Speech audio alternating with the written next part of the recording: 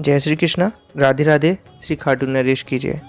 मित्रों, आज हम श्रीमद् भगवद गीता जी का 17वां अध्याय उसका माध्यम का श्रवण करेंगे। 17वां अध्याय इस प्रकार है। अर्जुन ने श्री कृष्ण भगवान के वचन सुनकर प्रश्न किया, हे भगवान कृपा निधान जी, जो पुरुष अपनी बुद्धिमत्ता से शास्त्रीय विधि को नहीं समझ सकते और जो तुम अविनाशी परमानंद को समुद्र ऐसा पहचान कर तुम्हारी शरण आते हैं, तुम्हारे भक्त हुए हैं, तुम्हारा स्मरण भजन करते हैं, तीन पुरुषों ने क्या शास्त्रों की विधि को पहचाना है? और हे प्रभु जी, जिन प्राणियों ने तुम परमानंद अविनाशी समुद्र को नहीं पहचाना, उन प्राणियों ने शास्त्र की विधि नहीं पहचानी। परम पवित्र पुरुषोत्तम जी, जिन मंदभाग्य मनुष्यों ने शास्त्र की विधि से जो तुम्हारा भजन है उसको त्याग कर श्रद्धा से और दूसरे देवता की सेवा पूजा की है, सो हे कमल नयन कृपा निधान जी, वे प्राणी राजसी हैं या तामसी, मुझे यह भेद समझाओ। अर्जुन की विनती सुनकर श्री कृष्ण भगवान बोले, हे अर्जुन, पूजा करने की श्रद्धा तीन प्रकार की है जो बिना यत्न के ही मनुष्यों में जाग उठती है। यह है सात्विक, राजसी और तामसी। मैं उनको भिन्न भिन्न कहता हूँ। सात्विक प्रवृत्ति वाले देवताओं को पूजते हैं, राजसी प्रवृत्ति वाले यक्षों और राक्षसों को पूजते हैं और तामसी प्रवृत्ति वाले भूत प्रेतों को पूजते हैं। हे अर्जुन, जो लोग कपट, अहंकार, काम, विषय अनुराग और आग्रह युक्त शास्त्र में न कहा गया उग्र तप करते हैं, वे अपनी मूर्खता से न केवल अपने शरीर आत्मा को बल्कि मुझे भी कष्ट देते हैं। उन्हें निश्चय पूर्वक आसुरी जानिए। प्रत्येक को तीन प्रकार के आहार प्रिय हैं। उसी प्रकार यज्ञ, तप और दान भी तीन प्रकार के हैं, जिनके भेद कहता हूँ। आयु, सत्व, बल, आरोग्य और प्रीति को बढ़ाने वाले रस घृत युक्त पोषक और आनंददायक आहार सात्विकों को प्रिय हैं, और कड़वे, खट्टे, नमकीन, गर्म, तीखे, रूखे, चर परे तथा दुख, शोक और रोगजनक भोजन राक्षसी लोगों को प्रिय है। प्रहरों का रखा हुआ नीरस, दुर्गंध युक्त, बासी, उच्छिष्ट, अपवित्र भोजन तामसी लोगों को अच्छा लगता है। यज्ञ करना ही है ऐसा मन को दृढ़ करके फल की इच्छा बिना विधि पूर्वक जो किया जाता है वह सात्विकी है।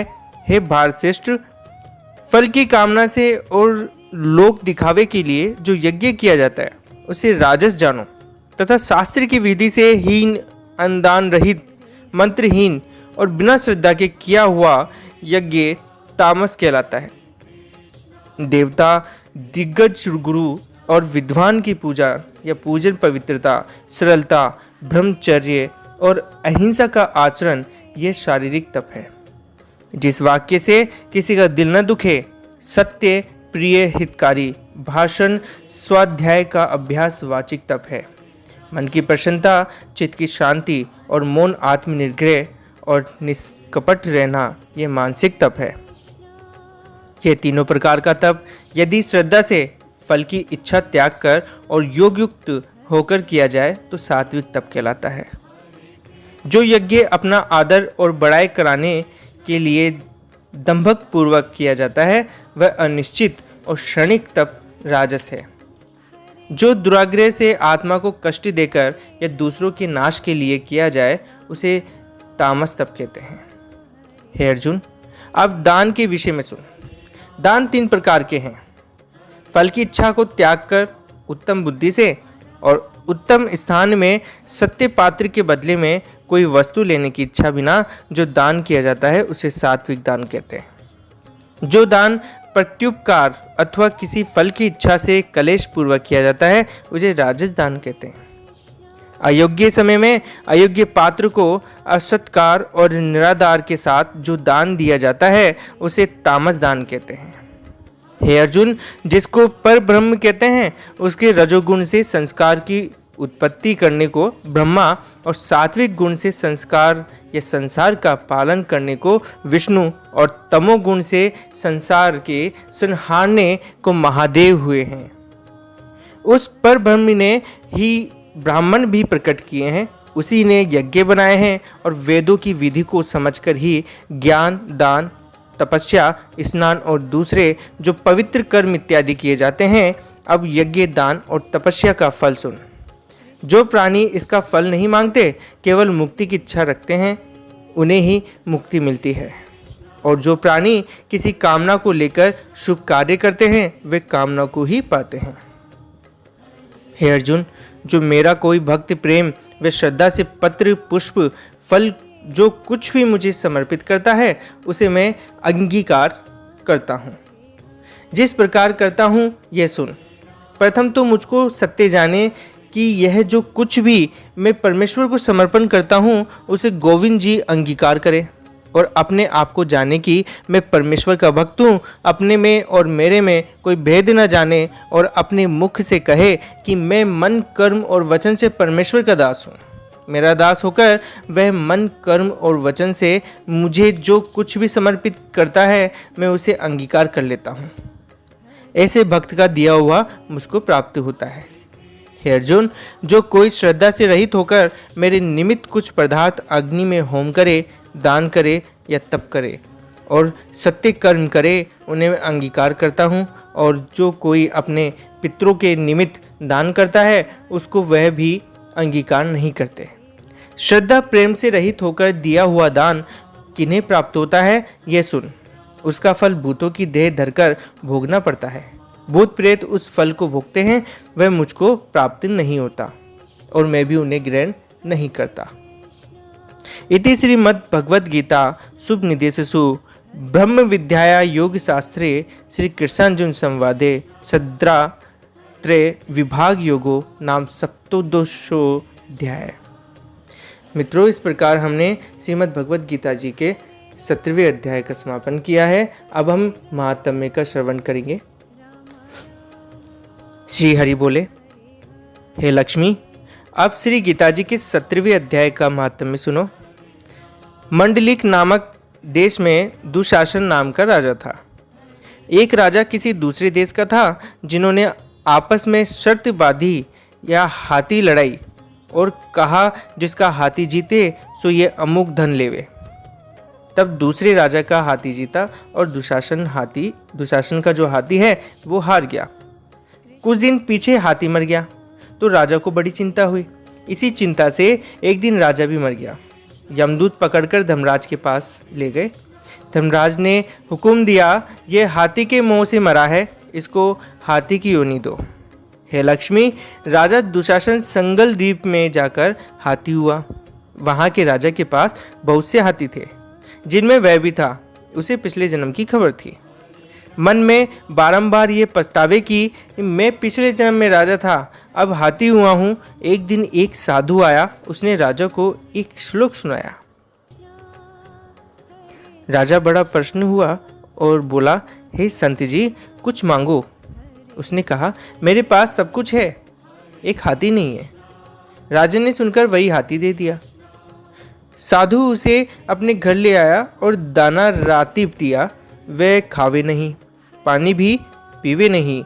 रुदन कर मन में सोचा, कोई ऐसा होवे जो मुझे इस योनि में या इस योनि से छुड़ावे।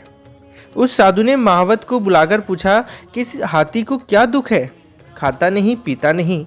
महावत ने देखकर कहा, इसको कुछ रोग नहीं है।